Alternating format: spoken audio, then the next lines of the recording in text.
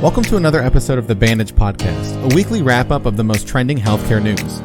Each week, join me and my co-host Alex Ross as we'll discuss the latest in healthcare, health IT, and compliance. In this week's episode, we discuss screening for spinal muscular atrophy, music to boost moods, a smart toilet, and a Bikeshare membership for health workers. Let's wrap things up. This is episode 28 for the week of April 13th. I'm Matt Moneypenny. And I'm Alex Ross. Before we get started, our diagnosis code of the week is Y93.02, activity, running. You know, interestingly enough, Matt, this is something that's been kind of a challenge for me lately. Yeah? If you've ever met me, you know that I'm not a runner.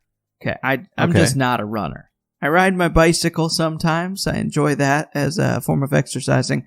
But running is not something that tends to go well for me. And so as I'm in my house, social distancing myself, and I'm getting more and more stir crazy, finally I just decided I'm going to go for a run before I go insane. So I went for a run, and basically you could say that it didn't end well for me. So I didn't make it very far. I got almost all the way down my driveway to the street, and that's where I laid. How do they diagnose to come this pick person? Me up. How do they diagnose someone with running? Like, I don't. Well, this is a cause. This is, what thing caused your injury? Yeah, I guess. And in this case, it was my attempt at running. It's pretty.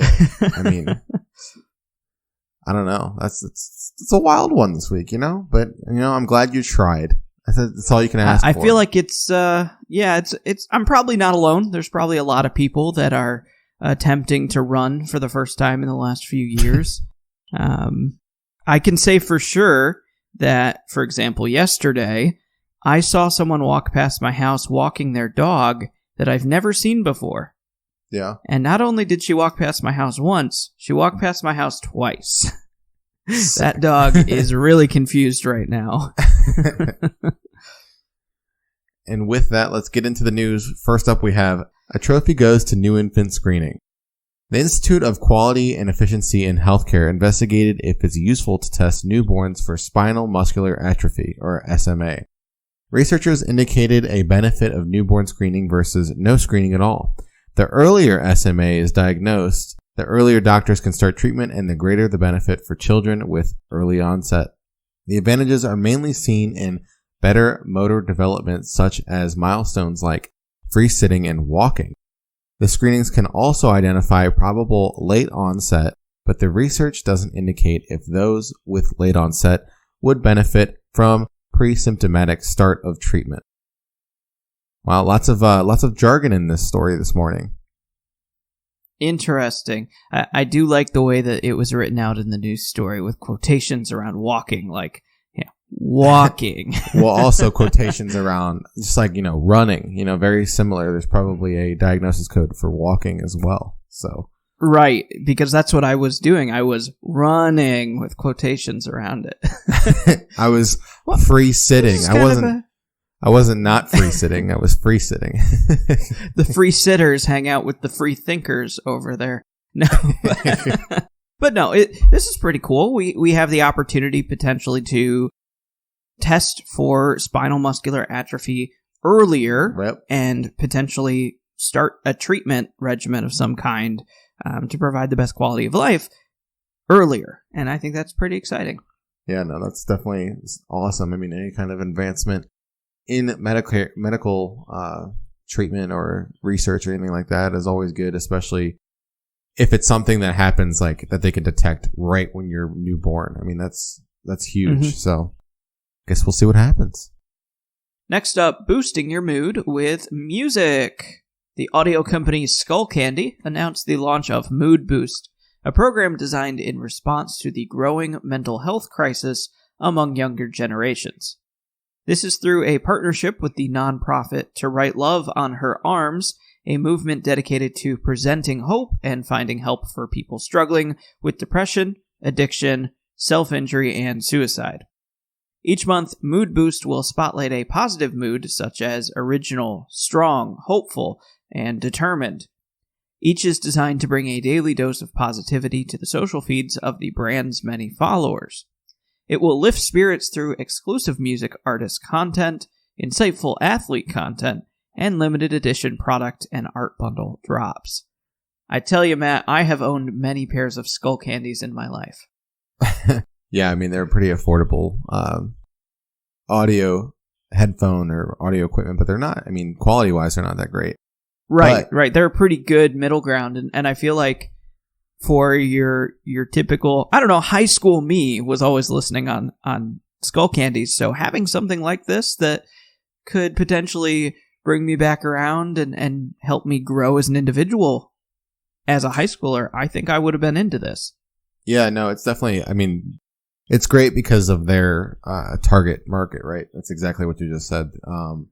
Right. It also seems like it's something that's a beneficial marketing ploy. You know what I mean? Because it's like, hey, there's a mental health crisis going on right now. How can we cooperate with another company that's a nonprofit that's also helping for mental health and see what we can do? Because, I mean, as we know, music has a huge impact on our mental health as a whole. I mean, you can put on one song that's your favorite song and your mood definitely changes like in a snap, right? So pretty cool. It'll be interesting to see like what else can happen from something like this. Like, I mean, there's also huge players on the software side of music where it's like there's Spotify, Pandora. I mean, the list goes on Apple Music, Play Store Music. So Amazon Music. Pretty interesting, right? So we'll see. I mean, Amazon Music and mental health probably doesn't go together very well because Amazon workers are having an issue with mental health. So maybe well, it would be they like probably get a little access ironic to Amazon Music, right? So yeah, it might be the right place to put it. No, I do also appreciate the organization To Write Love on Our Arms. They've done a lot of great work, especially in the mental health and especially suicide prevention area. They are very closely associated with a lot of like the music festivals and things that would typically attract a similar demographic. So I think they are one of the better options for Skull Candy to partner with to try and create something like this. Right. Yeah, pretty sweet. Next up, are you smarter than a toilet? The developing smart toilet includes technology that can detect a range of disease markers in stool and urine, including some cancers. The device could especially appeal to those who are genetically predisposed to certain conditions and want to stay on top of their health. The tool is an ordinary toilet with an add-on gadget inside the bowl.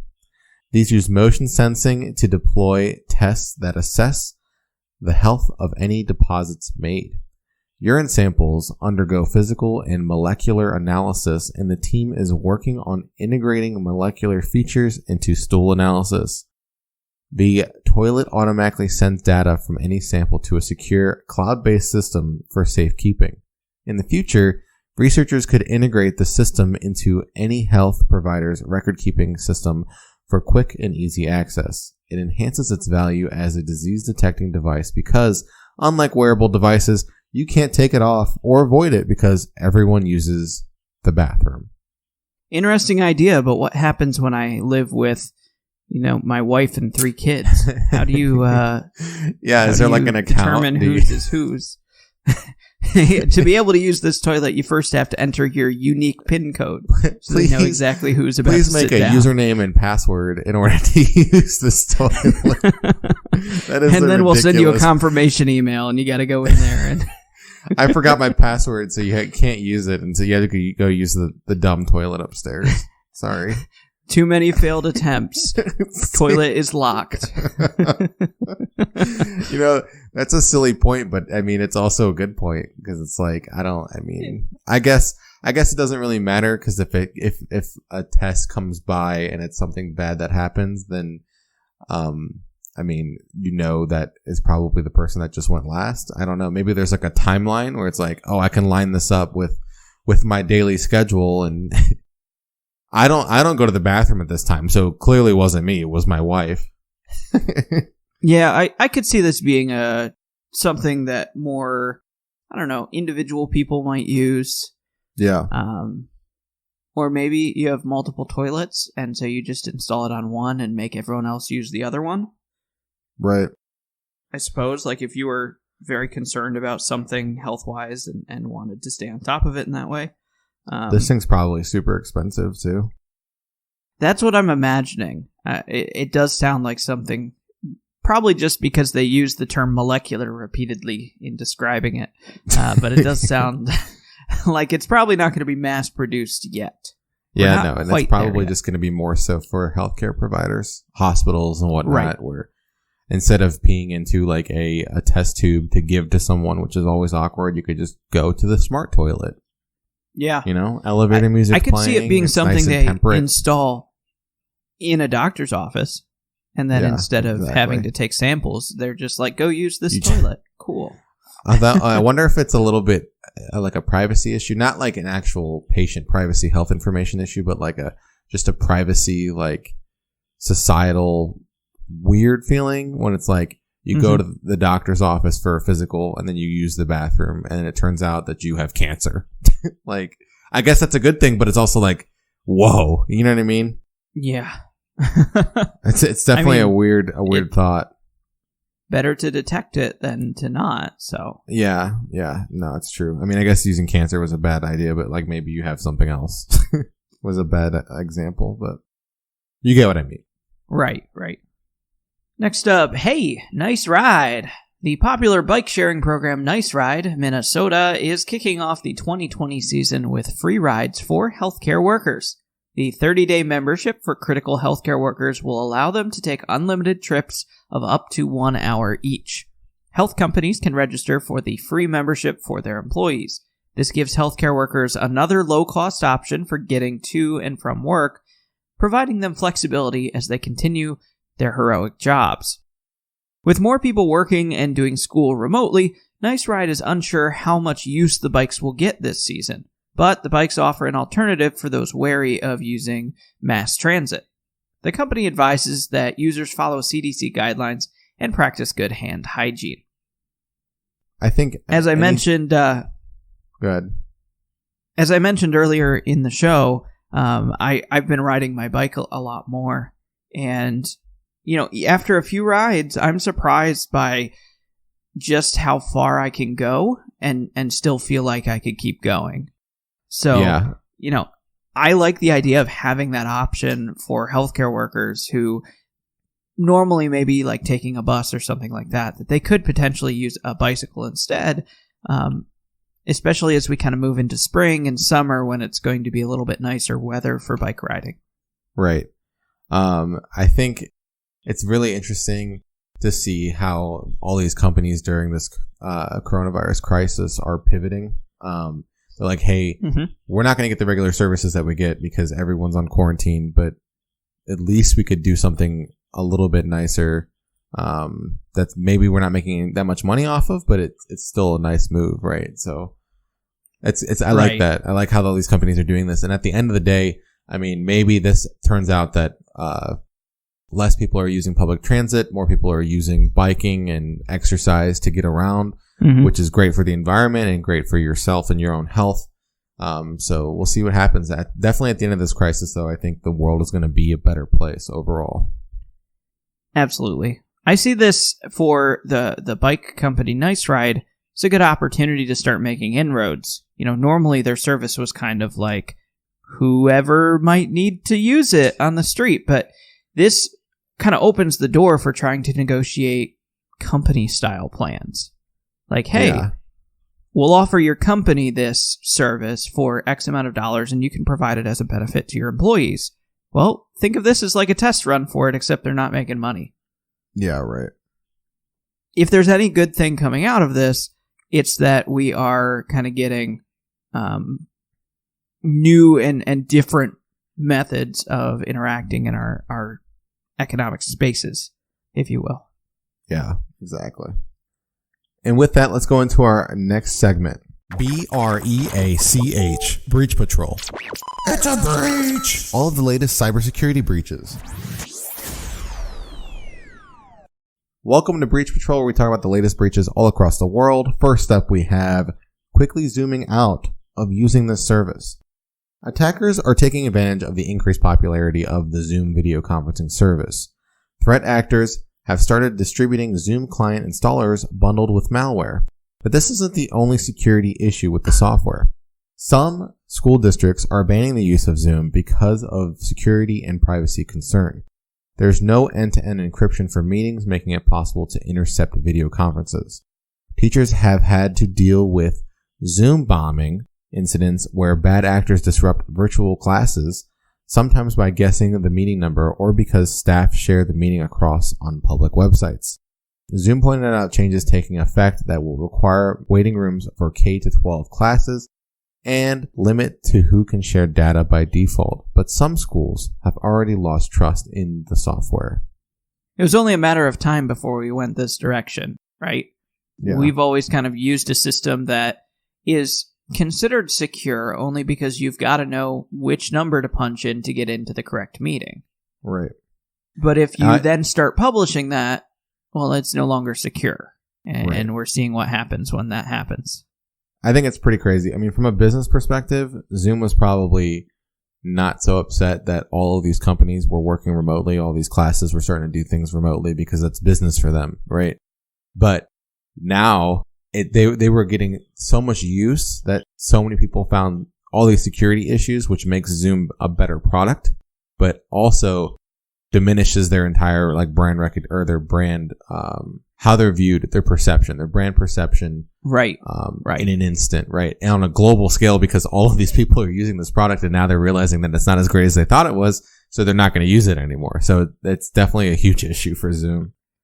Yeah. And that bad experience could potentially sully their thoughts on Zoom for, the rest of their lives. I know that a lot of organizations use what is basically Zoom rebranded as something else. I know that we use a version of Zoom that is kind of white labeled for a different company. But really, what other options are there for video conferencing? You've got your Skype, but that's not usually as user friendly. You got to install something, create accounts and whatnot. You've got your Google Hangouts. They've gotten a lot better. The Google Meet is kind of similar to Zoom in a lot of ways with kind of a dial-in number and click the link to log in kind of things. I'm assuming that Apple probably has something similar, but I wouldn't know about FaceTime. It's not quite as professional. There's also like Discord, but that's usually for gamers, so it's like they're not going to really advertise that just for entertainment reasons, as opposed to I could see Discord reasons. being pretty useful for business. Yeah, I could too. Just having different channels for each department. Yeah, that's not a bad idea. Maybe it's something we should look into. We'll see what happens with Zoom and see if they can come back from this, but definitely just goes to show you that you need to pay attention to the loopholes. You need to do some penetration testing, which is also referred to in the industry as pen testing, to see where your issues lie, because a lot of times if you're the one developing this, you get so excited about it. It's a great technology and what have you, but if there's any kind of loopholes, it's a big issue. Right. Next, hackers hungry like a wolf. An online database belonging to property management company Wolf and Associates was compromised in a breach that could have occurred up to 6 months ago. The company was unaware of the breach until it was notified by the Santa Barbara Police Department in March. Police informed Wolf and Associates that thieves may have obtained a wide variety of customer data, including information on rental applications. The police said the thieves likely used strong-arm tactics to force breaching of security measures that were in place. Wolf and Associates transitioned their website to an entirely new and more secure platform, and they've notified potentially affected applicants. The attackers have been arrested after targeting databases of several other companies. This is a little bit different of a story than what we usually hear because, well, they got them. Yeah, usually you don't hear the attackers getting arrested, but also I want to point out, like, the police department was the one who notified the company involved with this. So that's great for that police department because it is a local police department, and it kind of shows that, hey, like, maybe these local government agencies, these first responders, are starting to understand what to look for in cybersecurity, starting to have a little bit more of a grasp on that, which is awesome. They're not clueless. They're not like, I have no idea how to log into your services. Like, I don't know what a phishing attempt is. So that's pretty awesome. Right. We're starting to get a lot more knowledgeable about cyber crimes. And I think that's pretty cool. Unfortunately for Wolf and Associates, they didn't have anything in place to see this happening. And for their applicants, it was bad for them as well. Yeah, and like you pointed out right after we read this story is they got the people. So there's a chance that the person that was attacking this company did something with the information that they received. I think rental applications a lot of times ask for sensitive data like social security information. But there's also a chance that, they're not going to do anything else because it depends on how big Wolf and Associates is. But it definitely stopped them. So that's awesome.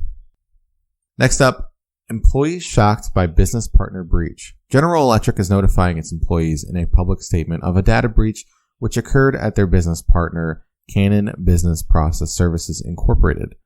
While GE was not directly affected, sensitive employee data was still acquired. The identity of the threat actor is unknown and the motives can't be pinpointed, but the information will likely be put in circulation on hacking forums if it isn't already. Phishing attempts, identity thefts, and more can be expected. GE states that Canon will offer free identity protection and credit monitoring for 2 years, but as of now, the cyber attack is over and Canon has secured its database with outside help. Pretty textbook breach on this story, right?